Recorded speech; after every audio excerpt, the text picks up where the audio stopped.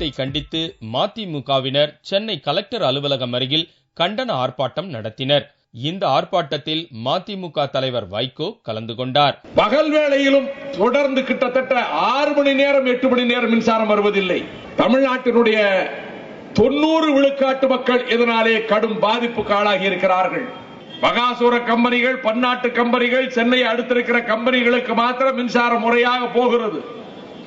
ஆனால் நாடெங்கும் இருக்கின்ற கோடானு கோடி மக்களுக்கு, விவசாயிகள், தொழில் நடத்துவோர், வணிகர்கள், மருத்துவச்சாலை நடத்துவோர் அனைத்து தரப்பினரும் இந்த மின்வெட்டினாலே கடும் பாதிப்புக்கு ஆளாகி இருப்பதனால் இந்த அரசாங்கத்தை கண்டித்து இந்த ஆர்ப்பாட்டம், அறப்போராட்டம் தமிழகம் எங்கும் மறுமலர்ச்சி திராவிட முன்னேற்ற கழகம் நடத்துகின்றது.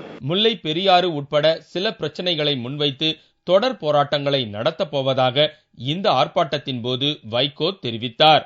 கேரளத்திலே மலைகள் இருக்கின்றன, நதிகள் இருக்கின்றன, நீரோடைகள் இருக்கின்றன, பச்சை பசேல் என்ற செழிப்பு இருக்கிறது. ஆனால் விளைவிப்பதற்கு நிலமே கிடையாது. நாம் இல்லாமல் அவர்கள் உணவு உற்பத்தி செய்ய முடியாது. நாம் இல்லாமல் அவர்கள் உணவை பெற முடியாது. ஒரு பக்கம் அரபிக்கடல், இன்னொரு பக்கம் தமிழ்நாடு. இதை அவர்கள் அந்த மக்களுக்கு உணர்த்த வேண்டும். நாம் உங்களுக்கு எதிரிகள் அல்ல, நீங்கள் எங்களுக்கு கேடு செய்யாது. இதற்குத்தான் மே 28 எங்களுடைய போராட்டத்தை நாங்கள் அறிவித்திருக்கின்றோம். வட சென்னை மாவட்ட மதிமுக சார்பில் நடந்த இந்த கண்டன ஆர்ப்பாட்டத்தில் ஏராளமான மதிமுக நிர்வாகிகள் மற்றும் தொண்டர்கள் பங்கேற்றனர். மக்கள் விரோத திமுக அரசை, மக்கள் விரோத திமுக அரசை கண்டிக்கின்றோம்.